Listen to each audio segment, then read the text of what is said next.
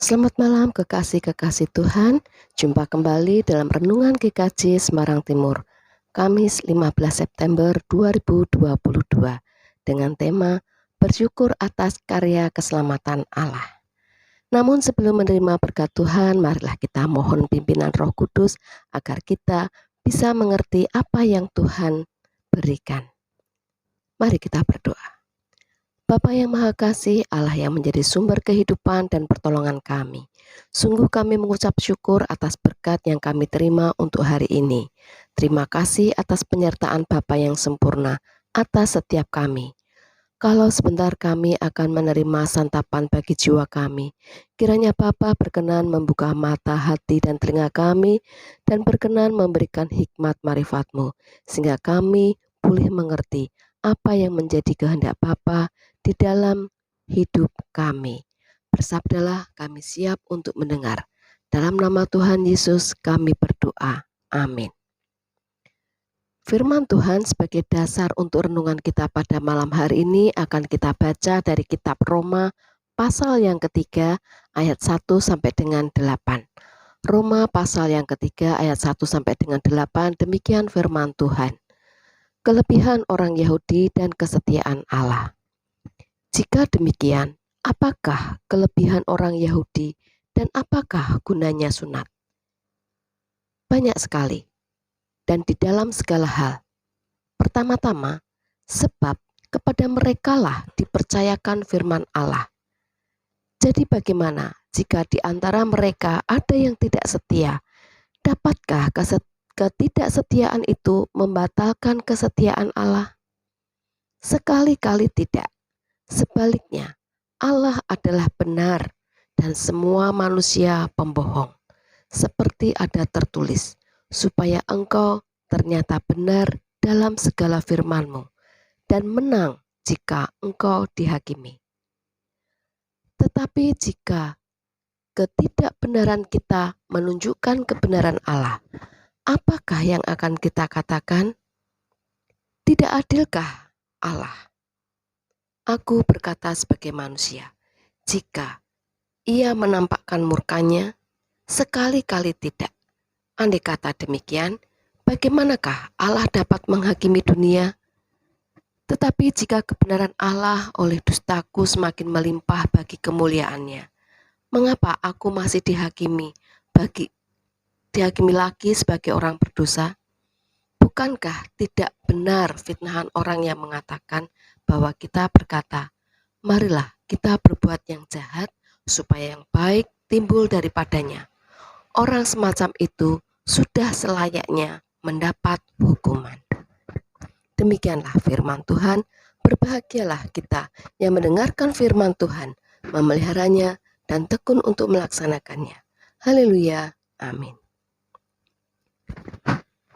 Bapak, Ibu, Saudara yang dikasihi Tuhan, dalam perikop yang baru saja kita baca, Rasul Paulus merespon kritikan dan sanggahan-sanggahan orang-orang atas penjelasannya mengenai pembenaran oleh iman dan bukan melalui hukum Taurat.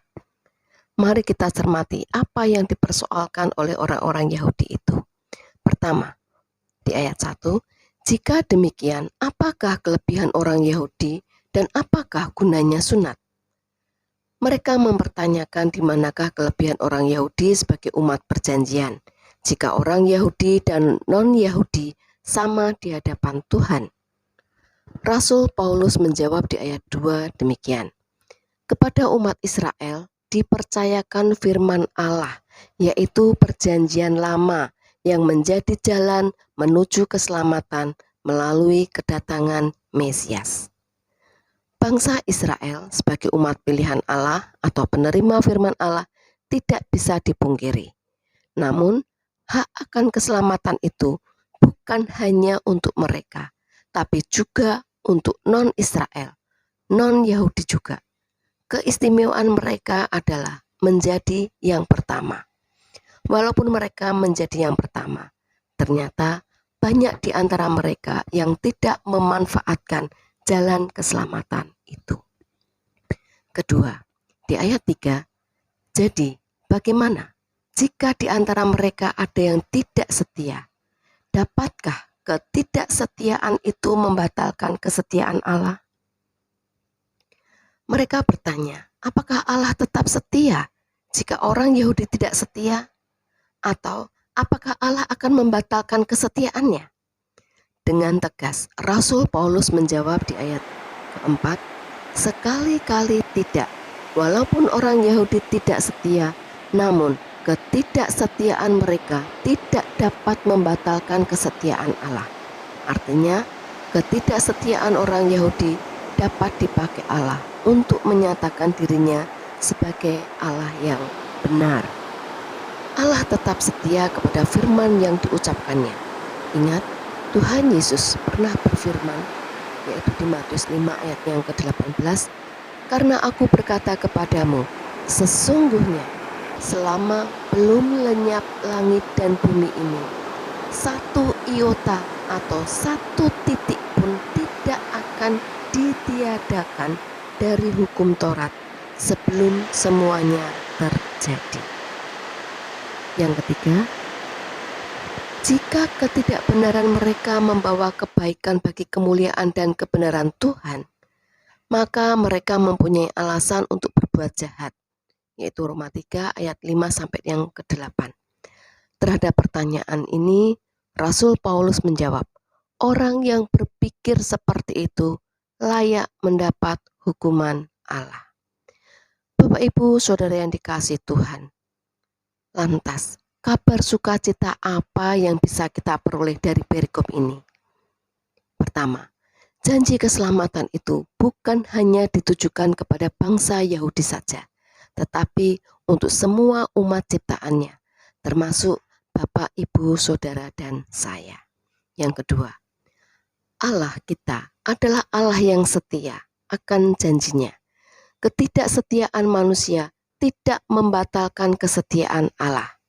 Ya, sebagai manusia, sering kali kita terjatuh, sering kali kita terpleset dan menyimpang, tapi Allah tetap setia akan janji keselamatan.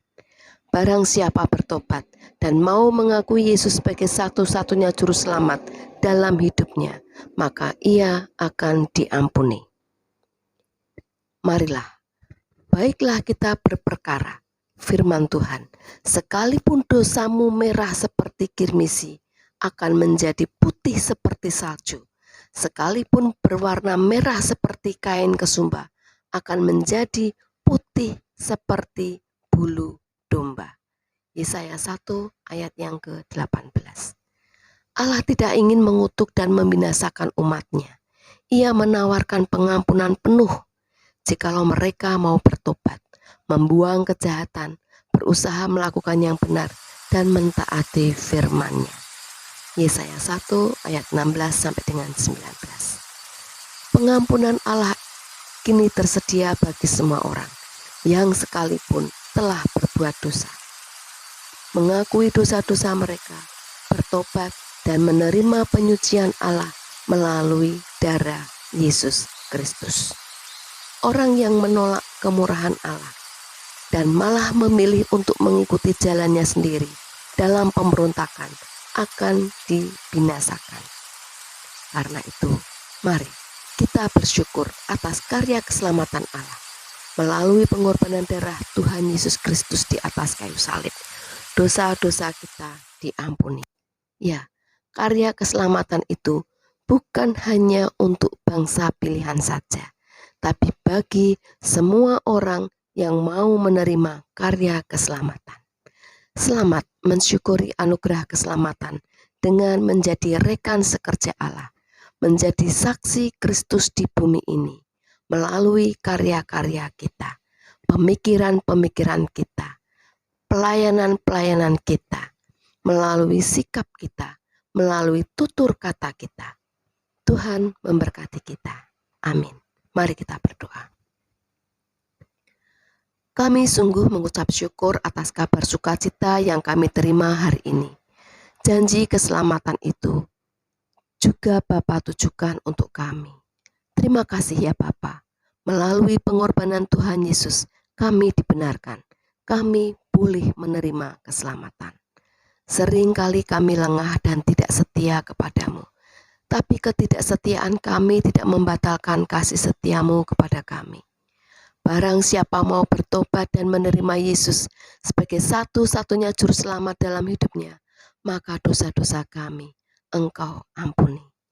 Mampukan kami untuk mengucap syukur dengan apa yang ada pada kami, dengan segala keterbatasan kami, dengan segala kelemahan kami. Karena kami percaya Roh Kudus-Mu akan senantiasa menuntun, membimbing dan memampukan kami untuk bisa menjadi saksi-Mu. Kami berdoa bagi bangsa dan negara ini. Biarlah Bapa memberkati dan memberikan kesehatan serta hikmat marifat bagi pemimpin-pemimpin negeri ini. Kami juga berdoa bagi saudara-saudara kami yang tengah sakit dan dalam masa pergumulan. Biarlah kasih-Mu menguatkan mereka dan tetap teguh dalam iman, pengharapan, dan kasih. Kami mengucap syukur atas penyertaan Bapa yang sempurna di dalam setiap kehidupan kami dan atas segala berkat yang telah dan sudah Bapa sediakan bagi kami. Ampuni segala dosa dan kesalahan kami. Dalam nama Tuhan kami Yesus Kristus, kami berdoa.